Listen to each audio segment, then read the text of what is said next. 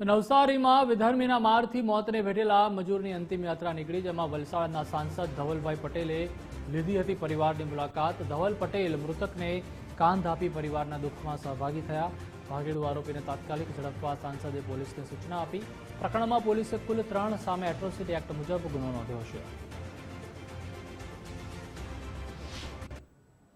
जी थोड़ा दिवस पहला दाबेल गाम जे अपना जलालपुर तालुको नवसारी जिला में आव्यो छे। एवा विधर्मी युवानोए अमारा आदिवासी युवान पर हमलो कर्यो हतो, ढोर मार मार्यो हतो। एनुं कारण ए हतुं के कसाईओए एमने गौ हत्या करवा माटे एमनी पर जबरदस्ती करी हती, पण अमारा आदिवासी युवाने एनो इनकार कर्यो। एना माटे एमनी पर ढोर मार मारवामां आव्यो हतो अने आजे एमनी दुखद एमનું મૃત્યુ પણ થયું છે। એની જેવી જ મને જાણ થઈ એટલે તરત જ મેં એમના પરિવારને મળવા, પરિવારને સાંત્વના આપવા હું અહીંયા પોતે હાજર રહ્યો છું અને એમને ખાતરી પણ આપી છે કે આરોપીઓને કડકથી કડક સજા થાય એના માટે અમારી ભારતીય જનતા પાર્ટીની સરકાર પૂરી રીતે કટિબદ્ધ છે। પોલીસ પણ પૂરી રીતે કટિબદ્ધ છે। 3 જેટલા આરોપીઓ પકડાઈ ગયા છે, 4 જેટલા આરોપીઓને પકડવાનું પૂરું હમણાં પ્રોસેસ ચાલી રહ્યું છે।